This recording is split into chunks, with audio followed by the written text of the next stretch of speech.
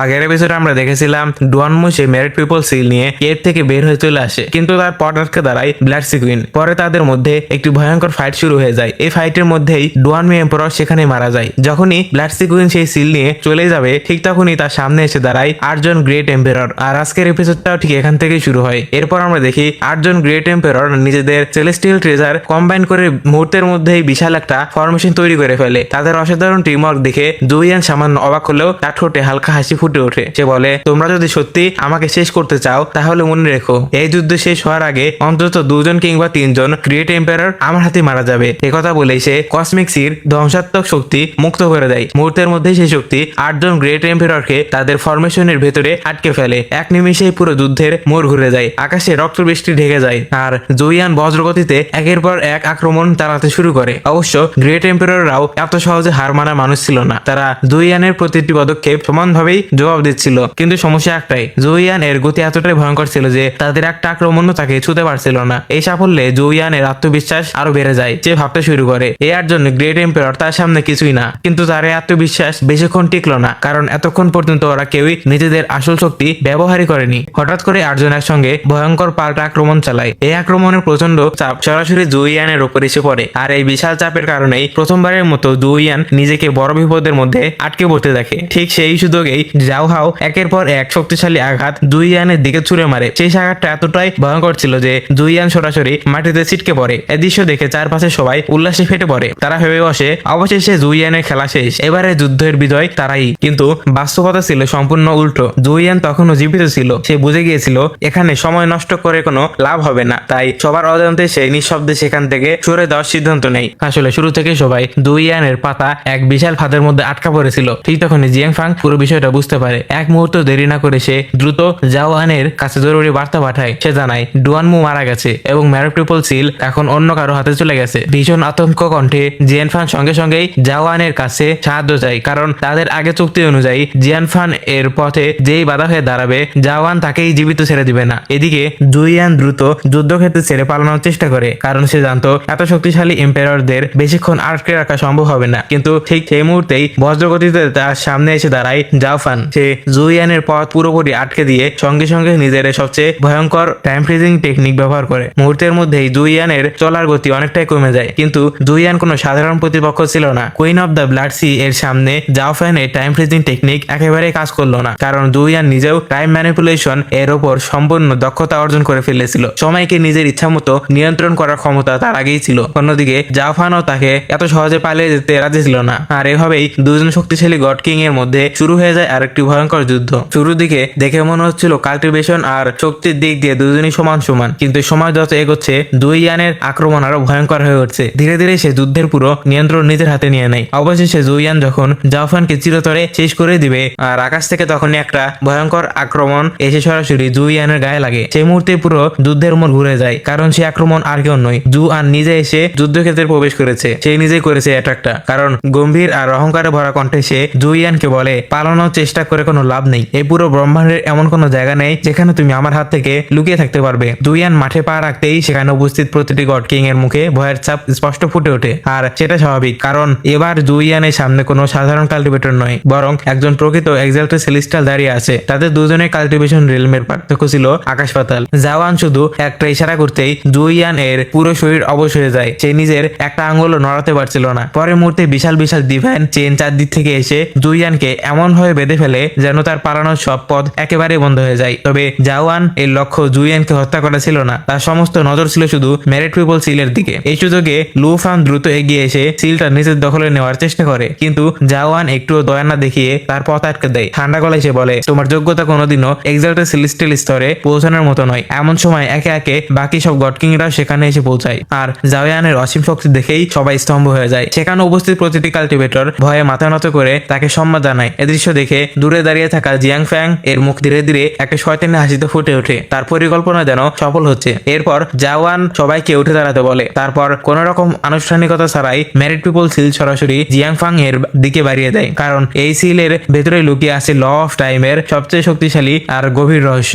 আর cultivation জগৎ সবচেয়ে মূল্যবান ট্রেজার এটাই। যে এই রহস্য পুরোপুরি বুঝতে পারবে সে সরাসরি এক্সাল্টেড সেলেস্টিয়াল এর সর্বোচ্চ স্তরে পৌঁছে যাবে। একথা শুনে জিয়াংফাং এর আনন্দ আর ধরে রাখতে পারে না। সে মনে মনে নিশ্চিত হয়ে যায়। অবশেষে তাদের পিয়াসু সিটি নিজের প্রথম এক্সাল্টেড সেলেস্টিয়াল পেতে চলেছে। উত্তেজনায় কাঁপতে কাঁপতে সে সিল নেওয়ার জন্য হাত বাড়ায়, কিন্তু ঠিক তখনই জাওয়ান হঠাৎ নিজের হাত পিছিয়ে নেয়। এরপর শুরু হয় এক নির্মম মানসিক খেলা। সে হালকা হাসিতে বলে, অভিনন্দন, এই সিল পাওয়ার পর তুমি সেই শক্তি আর সম্মান পাবে যা এতদিন ধরে তুমি অপেক্ষা করছো। কিন্তু তার আগে আমাদের পুরনো চুক্তি নিশ্চয়ই তোমার মনে আছে। তারপর সে সবার সামনেই সেই গোপন চুক্তির কথা প্রকাশ করে দেয়। জিয়াং ফাং প্রতিশ্রুতি দিয়েছিল এই ডিভাইন সিল পাওয়ার বিনিময়ে সে নিজের মেয়ে জিয়াংলি এর বিয়ে জাও জিয়াং এর সাথে করাবে। অর্থাৎ আজ যদি সে এই ট্রেজারটা চায় তাহলে তাকে নিজের কথা রাখতে হবে, নিজের মেয়েকেও সেই চুক্তির অংশ হিসেবে তুলে দিতে হবে। এই সত্যিটা শুনে চারপাশে দাঁড়িয়ে থাকা সবাই হতবাক হয়ে যায়, তাদের মাথা ঘুরে ওঠে। তখনই তারা বুঝতে পারে জাও ফ্যামিলি যে বিশাল ডওরি এর কথা বলেছিল সেটা আর কোনো সাধারণ উপহার নয়, ওটা ছিল এক্সাল্টেড সেলেস্টিয়াল হওয়ার সোনালী সুযোগ। অন্যদিকে জিয়াং ফাং কখনোই ভাবতে পারেনি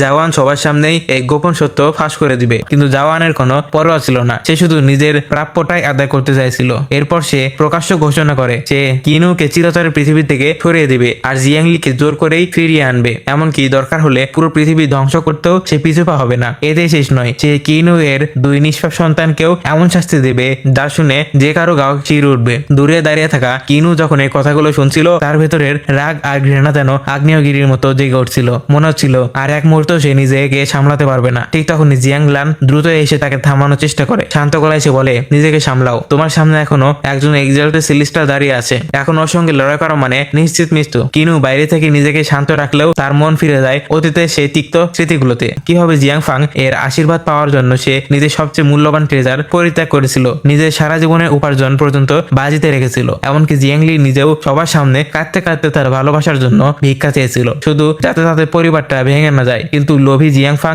কোনো দয়া দেখায়নি। সে তাদের সত্যিকারের ভালোবাসাকে পায়ের নিচে পিছিয়ে দিয়েছিল, আর তাদের জীবনে এই সমস্ত ধ্বংস আর বিচ্ছেদের পিছনে ছিল জাও হাও এর সেই নোংরা ষড়যন্ত্র। এই স্মৃতিগুলো মনে পড়তেই কিনু এর বুকের ভেতরে জমে থাকা প্রতিশোধের আগুন বিস্ফোরিত হয়ে ওঠে। সে আর এক মুহূর্ত অপেক্ষা করে না, সরাসরি সে যুদ্ধের দিকে ছুটে যায়। এদিকে যুদ্ধক্ষেত্রে তখনও জাও হাও মিষ্টি মিষ্টি কথা বলে জিয়াং ফাংকে আশ্বস্ত করছিল। সে বলে জিয়াংলিকে লিফা সিটিতে নিয়ে গিয়ে রানীর মতো সম্মান দিয়ে রাখা হবে। কিন্তু ঠিক তখনই হঠাৎ পুরো আকাশ কেঁপে এক বিকট বজ্রগতি শোনা যায়। মুহূর্তের মধ্যে আকাশে একটা বিশাল টাইম টিয়ার খুলে যায়, যেন পুরো আকাশটা দুই ভাগে ভাগ হয়ে গেছে। সেই বিশাল ফাটল থেকে বজ্রপাতের মাঝখানে দিয়ে ধীরে ধীরে বেরিয়ে আসে কিনু। এই মুহূর্তে তার চোখে ছিল শুধু একটা জিনিস, প্রতিশোধ। আজ সে শুধু জাও হাওকে তার সব পাপের শাস্তি দিতে এসেছে। মাটিতে পা রাখার সঙ্গে সঙ্গেই কিনু আর এক সেকেন্ড নষ্ট করলো না। সে নিজে পুরো শক্তি দিয়ে সরাসরি জাও হাও এর ওপর ঝাঁপিয়ে পড়লো। এক মুহূর্তেই শুরু হয়ে গেল দুজনের মরণ জীবনের যুদ্ধ।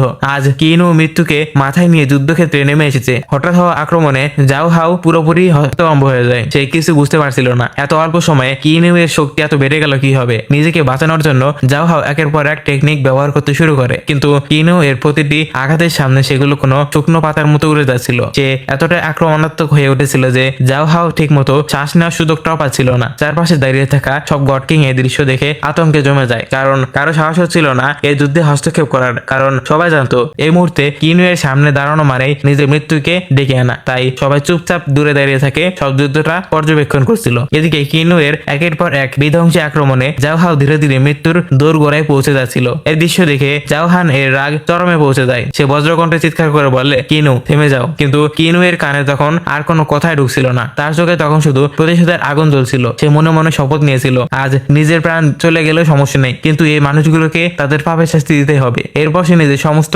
কাল্টিভেশন এনার্জি এক জায়গায় কনডেন্স করে, আর পরের মুহূর্তেই সে এমন একটা ভয়ঙ্কর আঘাত আনে যা সরাসরি জাও হান এর বডি চিরে বের হয়ে যায়। ভয়ঙ্কর সে আঘাত সহ্য করতে না পেরে জাও হাও রক্তে ভেসে মাটিতে লুটিয়ে পড়ে। তার অবস্থা মুহূর্তের মধ্যেই সংকটজনক হয়ে উঠেছিল। নিজের চোখের সামনে ছেলেকে মৃত্যুর মুখে পড়তে দেখে জাওয়ান এর ধৈর্যের বাঁধ ভেঙে যায়। এক মুহূর্তে তার অহংকার আর নিজের সন্তানের জীবন দুটোই ঝুঁকিতে পড়ে যায়। সে সঙ্গে সঙ্গে নিজের ডিভাইন শর্ট বের করে। এই শর্ট পুরো ব্রহ্মাণ্ডের সবচেয়ে ভয়ঙ্কর ডিভাইন ওয়েপেন গুলোর মধ্যে একটি। একজন এক্সাল্টেড সেলেস্টিয়ালের ক্রোধ প্রকাশ পাওয়ার সঙ্গে সঙ্গে পুরো আকাশ কালো মেঘে ঢেকে যায়। মনে হচ্ছিল প্রকৃতিও যেন আসন্ন ধ্বংসের ভয়ে কেঁপে উঠেছে। কিন্তু আশ্চর্যের বিষয় হলো কিনু এর মুখে কোনো ভয়ের ছাপ ছিল না। সে একদম শান্তভাবে দাঁড়িয়ে নিজের চারপাশে বিশাল এক এনার্জি ফরমেশন তৈরি করে। উদ্দেশ্য একটাই, জাও হানের প্রাণঘাতী আঘাত থামানো। আর ঠিক যখন জাও হান নিজের ডিভাইন শর্ট দিয়ে আক্রমণ চালাতে এগিয়ে আসে, ঠিক তখনই কিনু নিজের সবচেয়ে গোপন টাইম ফ্রিজিং টেকনিক সক্রিয় করে দেয়। এক নিমিষেই পুরো লিফা সিটির সময় থেমে যায়, সবকিছু স্থির হয়ে যায়, কেউ নড়তে পারছে না। সবচেয়ে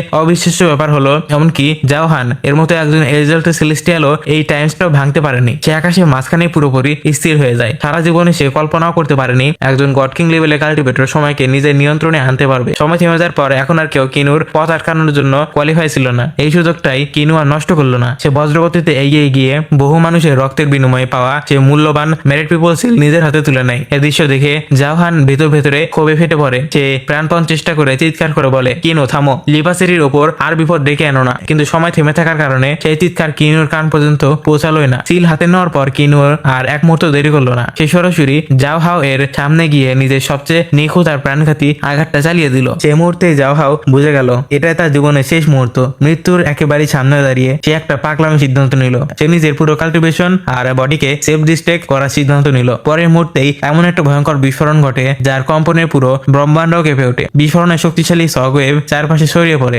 আঘাতের চারপাশে থাকা সব গডকিং সময়ের বন্ধন থেকে মুক্ত হয়ে অনেক দূরে গিয়ে ছিটকে পড়ে। তারা কেউই কল্পনা করতে পারেনি দুজন কাল্টিভেটর এর যুদ্ধ এত ধ্বংস ডেকে আনতে পারবে। গণধোয়া আর ধ্বংসস্তূপের মাঝখানে দাঁড়িয়ে জাওজিয়ান হঠাৎ চিৎকার করে ওঠে, কারণ তার নিজের চোখের সামনেই সে নিজের বাবাকে হারিয়ে ফেলেছে। সে সম্পূর্ণ ভেঙে পড়ে, কারণ কান্না ছাড়া আর কিছু করা ছিল না তার। অন্যদিকে লিভা সিটির অহংকারও সেই বিস্ফোরণের সঙ্গে মাটিতে মিশিয়ে যায়। কিন্তু এখানে সব শেষ নয়, বরং এখানে থেকেই জাওহানের প্রতিশোধের আরো ভয়ঙ্কর রূপ নিতে শুরু করে। নিজের ছেলের মৃত্যু জাওহান কোনোভাবেই মানতে পারছিল না। প্রতিশোধের আগুনে পুরোপুরি অন্ধ হয়ে এসে নিজের কাল্টিভেশনের সীমাকে অতিক্রম করে যায়। এরপর সে সঙ্গে সঙ্গেই একটা গ্র্যান্ড ফরমেশন সক্রিয় করে ফেলে। সেই রহস্যময় ফরমেশন মুহূর্তের মধ্যেই কিনুর পুরো বডিকে চারদিক থেকে আটকে ফেলে। এখন কিনু যেন একেবারে অসহায়। আর ঠিক তখনই তার সামনে ধ্বংসাত্মক এনার্জি নিয়ে এগিয়ে আসছিল জাওহান। তার কাছে ছিল তার ডিভাইন সোর্ড। কিন্তু অবাক করার বিষয় হলো মৃত্যুকে চোখের সামনে দেখেও কিনু এর মুখে ভয়ের কোনো চিহ্ন ছিল না। শেষ নিঃশ্বাস পর্যন্ত সে সেই ভয়ঙ্কর চাপের বিরুদ্ধে লড়াই করে যেতে রাজি আছে।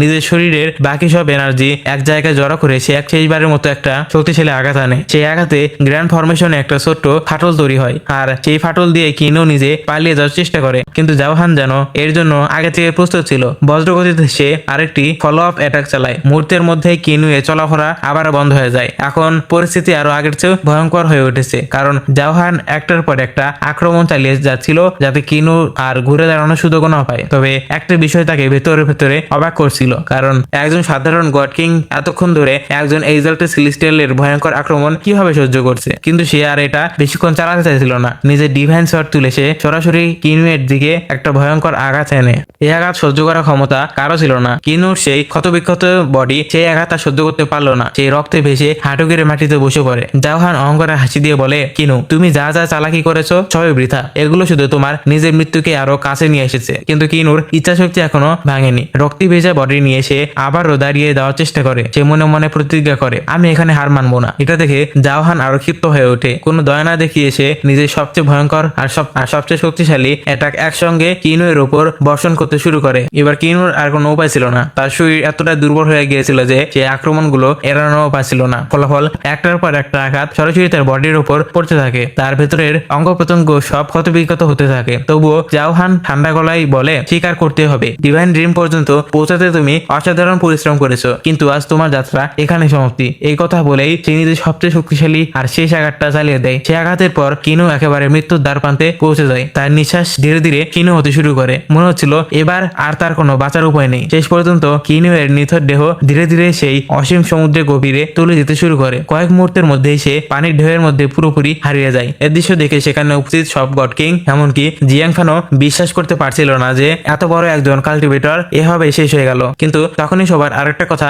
মনে পড়ে, যদি কিনু সত্যি মারা যায় তাহলে মেরিট পিপল সিল কোথায় গেল? অন্যদিকে জাওহান পুরোপুরি নিশ্চিত ছিল, তার বিশ্বাস ছিল তার ডিভাইন সর্ডের আঘাত থেকে আজ পর্যন্ত কেউই বাঁচতে পারেনি। তাই সে সবার সামনে ঘোষণা করে কিনু আর কোনোদিন এই ব্রহ্মাণ্ডে ফিরে আসবে না। কিন্তু সেখানে উপস্থিত কয়েকজন গড কিং এখনো সেটা বিশ্বাস করতে পারছিল না। তাদের মনে হচ্ছিল কিনু এর মতো একজন লিজেন্ড এত সহজে মরতে পারে না, যদিও তার প্রতিপক্ষ ছিল একজন এক্সাল্টেড সেলেস্টিয়াল। এরপর জাওহাও মারা যাওয়ার পর জাওহান নিজেকেই লিভা সিটির নতুন গ্রেট এম্পারর হিসেবে ঘোষণা করে। কিন্তু তার প্রতিশোধ এখানে শেষ হয়নি। এবার তার সমস্ত ঘৃণা গিয়ে পড়বে মিস্টি সিটির উপর। সে নিজের নাতিকে আদেশ দেয়, যাও মিস্টি সিটির একজন মানুষকেও বাঁচতে দেবে না, একজন একজন করে সবাইকেই খুঁজে বের করে মেরে ফেলো আর পৃথিবী থেকে তাদের অস্তিত্ব একেবারে মুছে দাও। এদিকে গল্পটিকে এই জায়গাতে এসে আবারও একটা বড় রহস্যের সামনে দাঁড়ায়। কিনু কি সত্যি মারা গেছে, নাকি সমুদ্রের মাঝখানে তার জন্য অপেক্ষা করছে নতুন কোনো ভাগ্য? আর মেরিট পিপল সিল আসলে কোথায় গেল? তো যাই হোক, পরের সিনে আমরা দেখতে পারি রাজা হওয়ার পর জাওজিয়ানের মাথায় প্রতিশোধের আগুন জ্বলে ওঠে। সে সঙ্গে সঙ্গেই গড কিংদের রাজি করিয়ে ফেলে মিস্ট্রি সিটিতে আঘাত করার জন্য। তার বিশ্বাস ছিল কিনু ইতিমধ্যে মারা গেছে আর জিয়াংলান এখন একেবারে একা। তাই সবাই মিলে যদি মিস্ট্রি সিটিকে ধ্বংসস্তূপে পরিণত করা যায় তাহলে আর্থ স্ট্যাম্প খুব সহজেই আবার নিজের হাতে ফিরে আনতে পারবে। শুনতে পরিকল্পনাটা দারুণ লাগলেও সবাই কিন্তু একেবারেই রাজি হয় না। পুলাও আর জিঙ্গু এই ঝামেলা থেকে একদম সরে যেতে চায়। শুধু সেই নয়, আরো কয়েকজন গড কিং এই যুদ্ধ থেকে নিজেদের একদম সরিয়ে নেয়। কিন্তু সমস্যা হলো জুজিয়ান নিজেই সবার মতামত জানতে চাইছিল, ফলে যারা এখানে দাঁড়িয়েছিল তারা ভেতরে ভেতরে ভীষণ ভয় পেয়ে যায়, কারণ তারা বুঝে গিয়েছিল যদি তারা না বলে তাহলে জুজিয়ান তাদের সাথেও ভয়ঙ্কর কিছু করে বসবে। এই ভয় থেকেই অনেক গড কিং না চাইতেও বাধ্য হয়ে তার সঙ্গে মিষ্টি সিটিতে আক্রমণ করতে রাজি হয়। এই দলে ছিল queen of the blood sea আর লাউফান। তারা দুজনই জুজিয়ানের রাতে সেই মিষ্টি সিটির আক্রমণের জন্য পুরোপুরি প্রস্তুত ছিল, কিন্তু জুজিয়ান আগে যেসব কাজ করেছিল সেগুলোর জন্য তার সিনিয়ররা তার উপর ভীষণ রেগেছিল, আর সেই কারণেই সেই বড় একটা ধাক্কা খায়, কারণ তার সিনিয়র স্পষ্ট জানিয়ে দেয় আসন্ন এই যুদ্ধে জাওয়ান কোনোভাবেই অংশ নিতে পারবে না। কঠোর এই আদেশ শুনে সে অসহায় হয়ে পড়ে, তবুও সে হাল ছাড়েনি। রওনা দেওয়ার আগে সে সবাইকে একটা গুরুত্বপূর্ণ দায়িত্ব দিয়ে দেয়। যাই হোক না কেন, আর্থ স্ট্যাম্প অবশ্যই ফিরিয়ে আনতে হবে। এরপর জাওয়ান নিজেই লাওয়া সিটিতে থেকে যায় এবং নিজের নাতির ফিরে আসার জন্য অপেক্ষা করতে থাকে, কারণ তার বিশ্বাস ছিল এবার তার প্রতিশোধ খুব শীঘ্রই পূরণ হবে। ঠিক তখনই সেখানে এসে দাঁড়ায় তার আন্টি ডুয়া মুইউ। তিনি খুব ভালো করে জানতেন একসময় জুজিয়ান আর কিনমুয়ের ভেতরে কত গভীর বন্ধুত্ব ছিল। তিনি জুজিয়ানকে বুঝিয়ে বলে এইসব থেকে দূরে সরে যাও, জিংওয়ান সিটিতে ফিরে যাও, অন্তত নিজের বাবাকে শেষ বিদায়টা জানাও। এর পাশাপাশি তিনি সবাইকে এমনটাও মনে করিয়ে দেয় যে তারা এখন নিজেদের এক পুরনো শত্রুর সঙ্গে হাত মিলিয়েছে। কিন্তু queen of the blood sea এইসব কথার কোনো গুরুত্ব দিল না। তার বিশ্বাস ছিল মিষ্টি সিটি ধ্বংস করার জন্য শুধু সে আর লাউফেন যথেষ্ট, তাদের আর কারো সাহায্যের দরকার নেই। তবে একটা বিষয় নিয়ে সবাই সন্দেহ করছিল, সেটা হলো কিনমু কি সত্যি মারা গেছে। এখন পর্যন্ত কেউ শতভাগ নিশ্চিত ছিল না, কিন্তু যেহেতু এই কথাটা জাওয়ান নিজে বলেছে তাই বেশিরভাগ গড কিং বিশ্বাস করে নেয় যে কিনু সত্যি চিরতরে মারা গেছে। তবুও queen of the blood sea আর লাফান এর মনে কোথাও না কোথাও একটা ছোট্ট সন্দেহ ছিল। এরপর সিন বদলে যায়, আমরা দেখতে পাই মিষ্টি সিটির বাইরে একে একে সব গড কিং এসে জড়ো হয়েছে। সেখানে পৌঁছে তারা একটা সিদ্ধান্ত নেয়, মিষ্টি সিটির ভেতরে থাকা একজন মানুষকেও তারা জীবিত বের হতে দেবে না। এই সিদ্ধান্ত নেওয়ার সঙ্গে সঙ্গেই তারা কোনো সময় নষ্ট না করে মিষ্টি সিটির ওপর এক ভয়ঙ্কর আক্রমণ চালিয়ে দেয়। কিন্তু শহরটিকে ঘিরে থাকা অসংখ্য শক্তিশালী ডিফেন্সিভ ফরমেশন এতটাই মজবুত ছিল যে গড কিংদের সেই বিশাল আক্রমণ গিয়ে পুরোপুরি ব্যর্থ হয়ে যায়। এটা দেখে সবাই প্রচন্ড ক্ষেপে ওঠে। তাদের একজন রেগে বলে ওঠে, এই সামান্য ফরমেশন বেশিক্ষণ আমাদের আটকে রাখতে পারবে না। এই বলে সে আরো শক্তিশালী একটা আক্রমণ ছুড়ে মারে, কিন্তু ঠিক তখনই মিষ্টি সিটির ভেতর থেকে সেবেল তার সঙ্গীদের নিয়ে বের হয়ে আসে। তারা সবাই আগে থেকে প্রস্তুত ছিল, তাদের একটাই শপথ, যে করেই হোক মিষ্টি সিটিকে রক্ষা করতে হবে, দরকার হলে নিজের জীবনও দিয়ে দিবে। দূরে দাঁড়িয়ে থাকা সবাই নিঃশ্বাস বন্ধ করে এই ভয়ঙ্কর যুদ্ধ দেখছিল, কারণ হলি এম্পেররদের শক্তির সামনে সেবেল আর তার সঙ্গীরা ছিল একদম পিঁপড়ার মতো, চাইলে মুহূর্তের মধ্যেই তারা তাকে পিছিয়ে ফেলতে পারবে। শুরু থেকেই বোঝা যাচ্ছিল এই যুদ্ধে সেবেলদের জন্য ভীষণ কঠিন হতে চলেছে, কারণ তাদের দলে ছিল মাত্র 4টা যোদ্ধা, আর অন্যদিকে শত্রুপক্ষে ছিল অসংখ্য গড কিং। সংখ্যাতেও তারা অনেক বেশি, শক্তিতে অনেক বেশি। এরপর যুদ্ধের পরিকল্পনা ঠিক করা হয়। হংফু সরাসরি জিয়াংলাং এর মোকাবেলা করবে আর তাকে সাহায্য করবে queen of the blood sea আর লোফান। অন্যদিকে মিষ্টি সিটি রক্ষার দায়িত্ব পড়বে ইফ্যাং, জাওইউ, সুমি আর সেবেলের কাঁধে। তারা 4 জন মিলে গড কিংদের আটকে রাখার পরিকল্পনা শুরু করে। শত্রুপক্ষের আত্মবিশ্বাস তখন ছিল আকাশ ছোঁয়া। তাদের মনে একটুও ভয় ছিল না, কারণ তারা নিশ্চিত ছিল আজকের দিনে মিষ্টি সিটিকে কেউই বাঁচাতে পারবে না। যুদ্ধ শুরু হতেই জিয়াংলাং নিজের বিশেষ ক্ষমতা ব্যবহার করে, কিন্তু ঠিক তখনই সুযোগ বুঝে লাউফান বজ্রগতিতে জিয়াংলাং এর উপর আক্রমণ করে বসে। এদিকে যুদ্ধের অন্য প্রান্তে তুমুল লড়াই চলছিল। কয়েকজন গড কিং দ্রুত এগিয়ে আসতেই ইফ্যাং নিজের বিশেষ ক্ষমতা ব্যবহার করে সে নিজের রহস্যময় জাদুকরি পেন্টিং খুলে দেয়। পরের মুহূর্তে এগিয়ে আসা সব গড কিং সেই পেন্টিং এর ভেতরেই আটকে যায়। এক নিমেষেই তারা বন্দী হয়ে যায়। এই সুযোগটা হাতছাড়া না করে সেবেল তাদের উপর আক্রমণ করতে যায়। সে একে একে অনেকগুলো ভয়ঙ্কর আক্রমণ চালিয়ে দেয়। সত্যি বলতে ইফ্যাং এর তৈরি করা সেই পেন্টিং এতটাই শক্তিশালী ছিল যে সাধারণ গড কিং সেটা ভাঙতে পারবে না। কিন্তু তবুও ইফ্যাং এর মনে মনে ভয় কাজ করছিল, কারণ সে বুঝতে পারছিল তার এই ত্রিজ আর বেশিক্ষণ টিকতে পারবে না, কারণ একই সময় সেটাকে 3টি হোলি ক্রিস্টালের ভয়ঙ্কর আঘাত সহ্য করতে হচ্ছিল, ফলে তার উপর চাপ ক্রমে বাড়ছিল। এরপর সিন বদলে যায়। আমরা দেখি জু কিউলিন একা পড়ে গেছে। চারদিক থেকে অসংখ্য গড কিং তাকে ঘিরে ফেলেছে। প্রত্যেকেই নিজের দিক থেকে তার উপরে প্রাণঘাতী আক্রমণ চালাচ্ছে। এই পরিস্থিতিতে লড়াই করার মতো তার কোনো সুযোগ ছিল না, তাই নিজের প্রাণ বাঁচানোর জন্য সে শুধু দৌড়ে পালাচ্ছে। ভাগ্য ভালো জু কিউলিনের গতি ছিল অবিশ্বাস্য। সে এত দ্রুত এদিক ওদিকে নাড়াচাড়া করছিল যে এখন পর্যন্ত কোনো গড কিং তাকে স্পর্শ করতে পারেনি। কিন্তু এর মানে এই নয় যে সে যুদ্ধে এগিয়ে আছে, বরং সে মরিয়া হয়ে শুধু নিজের জীবন বাঁচানোর চেষ্টা করছে। অনেকক্ষণ পালানোর পর অবশেষে তার ধৈর্য শেষ হয়ে যায়। রাগে চিৎকার করে উঠে সে বলে, লুকিয়ে থেকে আক্রমণ করা বন্ধ করো, চান্স থাকলে সামনে এসে লড়ো। কিন্তু দুর্ভাগ্য হলো সে কথা শেষ হতেই 3 জন গড কিং একসঙ্গে এসে তার উপরে আক্রমণ করে দেয়। সে আর 1 ইঞ্চিও নড়তে পারছিল না। এবার জু কিউলিন পুরোপুরি তাদের ফাঁদে আটকে পড়ে। নিজেকে রক্ষা করার মতো তার হাতে কোনো সুযোগ ছিল না। 3 জন গড কিং নিজেদের অস্ত্র তুলে নেয়। তাদের লক্ষ্য ছিল একটাই, জু কিউলিনকে চিরতরে শেষ করে দেওয়া। ঠিক তখনই শেষ আঘাতটা হানতে যাবে তারা, হঠাৎ তাদের সামনে এক অচেনা ব্যক্তি ব্যক্তি এসে উপস্থিত হয়। সে একাই সেই প্রাণঘাতী আঘাতগুলো থামিয়ে দেয়। এই ব্যক্তি আর কেউ নয়, সে ছিল মুমিং এর বড় ভাই। হঠাৎ তাকে এখানে দেখতে পেরে সবাই অবাক হয়ে যায়। সে এসে বিস্ময়ের সঙ্গে জিজ্ঞেস করে, তুমি মিস্ট্রি সিটির এই ঝামেলার মধ্যে কেন জড়িয়েছো? তার কথা শুনে মুমিং শান্তভাবে উত্তর দেয়, ম্যারিড পিপল সিল পাওয়ার প্রতি আমার কোনো আগ্রহ নেই। আমি এক্সাল্টেড সেলেস্টিয়াল হতে চাই না। আমরা যেহেতু 8 জন হোলি এম্পায়ারের অংশ, তাই আমাদের দায়িত্ব একে অপরে মিলেমিশে থাকা, যাতে পুরো ডিভাইন রেলমের শক্তি বজায় থাকে। একথা শুনেই তার বড় ভাই হেসে ওঠে। সে বিশ্বাসই করতে পারছিল না। হেসে শুধু এতটুকুই বলল, আশা করি ভবিষ্যতে তুমি সত্যি একজন যোগ্য হোলি এম্পায়ার হতে পারবে। এরপর আর কিছু না বলেই সেই লিনহাই সিটির উদ্দেশ্যে বেরিয়ে যায়। তবে যাওয়ার আগেই সে আরেকটা কথা বলে যায়, সে নিজের সিদ্ধান্ত অনেক আগেই নিয়ে নিয়েছে। এখন শুধু আশা করে তার ছোট ভাইও যেন সঠিক সিদ্ধান্ত নেয়। সেদিকে মিস্ট্রি সিটির সামনে জিয়াংফাং এর নেতৃত্বে সব গড কিং একসঙ্গে জড়ো হয়ে একটা ভয়ঙ্কর অ্যাটাক ফরমেশন তৈরি করতে শুরু করে। তাদের লক্ষ্য ছিল একটাই, মিস্ট্রি সিটির উপর থাকা সব ডিফেন্সিভ ফরমেশন একসঙ্গে ধ্বংস করে ফেলা। জিয়াংফাং নিজের সমস্ত শক্তি একত্র করে মুহূর্তের মধ্যে সেই ফরমেশনে একটা অ্যাটাক করে দেয়। পরের মুহূর্তে সেই বিশাল আক্রমণ সুদা গিয়ে মিস্ট্রি সিটির ডিফেন্সিভ ফরমেশনের উপরে আঘাত আনে। প্রচন্ড বিস্ফোরণের সঙ্গে সেটা ধ্বংস হয়ে যায়। কিন্তু সেখানেই ঘটে অবিশ্বাস্য ঘটনা। ফরমেশন ভাঙার পর টুকরোগুলো চারদিকে ছড়িয়ে পড়ার বদলে হঠাৎ করে উল্টো তাদের দিকে ছুটে এসে আক্রমণ করে দেয়। জিয়াংফাং নিজের শক্তি দিয়ে কোনো মতে সেই আক্রমণগুলো ঠেকিয়ে দেয়, কিন্তু তার সঙ্গীরা সবাই হতভম্ব হয়ে যায়, কারণ তাদের চোখের সামনে দেখতে পায় যে ডিফেন্সিভ ফরমেশন কয়েক সেকেন্ড আগে তারা ধ্বংস করেছিল সেটা আবার নিজে থেকেই রিভিল হয়ে গেছে। এমন দৃশ্য দেখে সবাই স্তম্ভ। কিন্তু জিয়াংফাং এত সহজে হার মানার লোক নয়। সে দৃঢ় কণ্ঠে বলে, আর যাই হোক না কেন, জিয়াংলি আর ম্যারিড পিপল সিল আমার হাতে থাকবে। এই বলে সে আবার সবাইকে নিয়ে একের পর এক আক্রমণ চালাতে শুরু করে। ক্রমাগত আক্রমণ করতে করতে জিয়াংফাং একটা বিষয় বুঝতে পারে, কিনু এর বানানো ফরমেশন সাধারণ কোনো ফরমেশন নয়। এটা পুরো ডিফেন্স ওয়ার্ল্ডের সবচেয়ে বড় আর সবচেয়ে আলাদা ফরমেশন। শুধু শক্তি দিয়ে এটাকে ভাঙা সম্ভব হবে না। এর গঠন আর কাজ করার নিয়ম বুঝতে পারলে কেবল এটাকে ধ্বংস করা যাবে। কিন্তু ঠিক তখনই তার চোখে পড়ে আর একটা ভয়ঙ্কর সত্য। সে দেখতে পারে জিয়াংলি নিজের লাইফ এনার্জি ব্যবহার করে ফরমেশনটাকে সচল রাখছে। এই দৃশ্য দেখে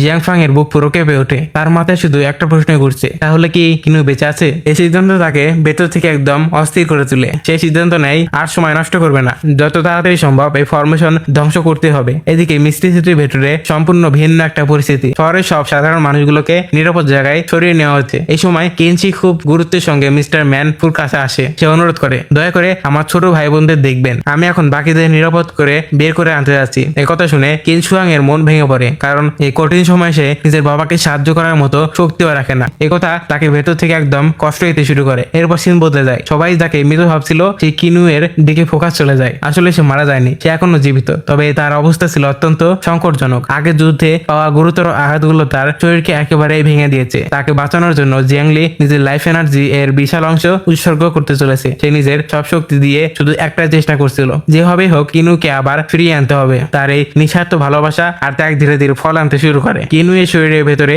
আবার শক্তি ফিরে আসতে শুরু করে। তার ক্ষত দ্রুত সেরে উঠতে শুরু করে। কিন্তু শুধু এতটুকুই নয়, আমরা বড় আরেকটা ঘটনা দেখি। কিনু যেই নতুন ইউনিভার্সের কাজ শুরু করেছিল সেটা অবশেষে সম্পূর্ণ হয়ে যায়। নতুন সেই ইউনিভার্স এখন পুরোপুরি পরিপূর্ণ। মানে এখন শুধু সময়ের অপেক্ষা, কবে কিনুর চোখ খুলবে আর পুরো যুদ্ধক্ষেত্র কাঁপিয়ে দেবে। এদিকে যুদ্ধক্ষেত্রে জিয়াংলা একা মুখোমুখি করছিল লাফান আর হুয়াংফুর। লড়াইয়ের মাঝে সে একটা দারুণ সুযোগ পায়। সে চাইলে এক আঘাতেই হুয়াংফুকে গুরুতর আহত করতে পারত, কিন্তু ঠিক তখনই লাফান বজ্রগতিতে সামনে এসে নিজের শক্তি দিয়ে তাকে রক্ষা করে। এরপর সে চিৎকার করে বলে, হুয়াংফু আর দেরি নয়, নিজের সব ইন্টারনাল স্ট্রেংথ একসঙ্গে বের করে দাও। এই কথা শুনে হুয়াংফু নিজের সম্পূর্ণ শক্তি মুক্ত করে দেয়। পরের মুহূর্তে আকাশ জুড়ে তৈরি হতে থাকে অসংখ্য জাদুকরী শর্ট। হাজার নয়, লক্ষ লক্ষ শর্ট একসঙ্গে জিয়াংলির দিকে তাক করা হয়। তারপর হুয়াংফু এক নির্দেশ দিতেই সবগুলো একসঙ্গে জিয়াংলাং এর দিকে ধেয়ে যায়। যে কেউ হলে আক্রমণে মুহূর্তের মধ্যেই শেষ হয়ে যেত। কিন্তু জিয়াংলাং কোনো সাধারণ যোদ্ধা ছিল না। সে অসাধারণ সাহস নিয়ে সব আক্রমণ এড়াতে থাকে। ঠিক তখনই আর অপেক্ষা করতে পারলো না ব্লাড সিকুইন। সেও যুদ্ধে ঝাঁপিয়ে পড়ে। নিজের রক্তময় জাদুকরী শক্তি দিয়ে সে জিয়াংলাং এর পুরো শরীর আর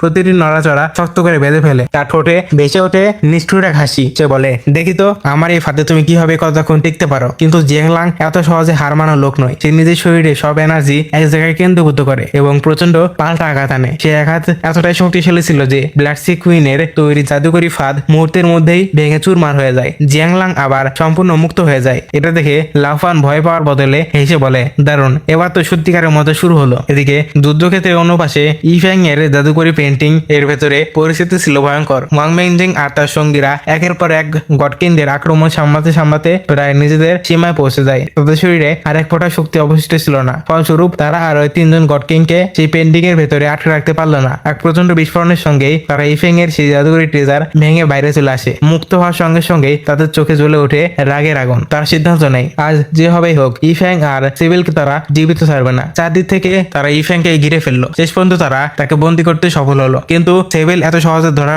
পড়ার মতো মানুষ ছিল না। সুযোগ বুঝে সে সবার চোখে ফাঁকি দিয়ে দ্রুত পালাতে শুরু করে। তবে সে ভয় পাচ্ছিল না, তার উদ্দেশ্য ছিল একটাই, যতটা সম্ভব সময় টেনে নেওয়া। কারণ সে জানতো যদি কিছুটা সময় ধরে গড কিং দিয়ে সে ব্যস্ত রাখে তাহলে তার বড় ভাই কিনু পুরোপুরি সুস্থ হয়ে ফিরে আসবে আবার। এদিকে জিয়াংফাং আর তার দল প্রায় মিষ্টি সিটির ডিফেন্সিভ ফরমেশন ধ্বংস করার পর সেখানে পৌঁছে যায়। জিয়াংফাং এর চোখে তখন শুধু লোভ আর প্রতিশোধের আগুন। সে নিজের সমস্ত শক্তি এক জায়গায় কেন্দ্রীভূত করে জীবনের সবচেয়ে ভয়ঙ্কর আক্রমণ চালায়। প্রচন্ড বিস্ফোরণের সঙ্গে মিষ্টি সিটির ডিফেন্সিভ ফরমেশন অবশেষে চুরমার হয়ে যায়। ফরমেশন ধ্বংস হতেই শহরের দরজা পুরোপুরি খুলে যায়। সব গড কিং আর এক মুহূর্ত দেরি করলো না, তারা শহরের ভেতরে ঢুকে পড়ার প্রস্তুতি নিতে শুরু করলো। জিয়াংফাং নিজের লোকদের নিয়ে আহত মিষ্টি সিটির উপর ঝাঁপিয়ে পড়ে। এই দৃশ্য দেখে যারা এতক্ষণ দূরে দাঁড়িয়েছিল সেই গড কিংরাও নিজেদের সামলাতে পারলো না। তারা সবাই শহরের দিকে ছুটে আসে, কারণ এখন আর শহরে রক্ষা করার জন্য সে ব্যারিয়ার ছিল না। তাদের মনে হচ্ছিল এটাই সঠিক সময় কিনুর লোকদের চরম শাস্তি দেওয়ার। কিন্তু ঠিক তখনই মুহূর্তে পুরো গল্পে আসে একটা অবিশ্বাস্য মোড়, যেটা সেখানে উপস্থিত একজন গড কিংও কল্পনা করতে পারেনি। মিষ্টি সিটির ভেতরে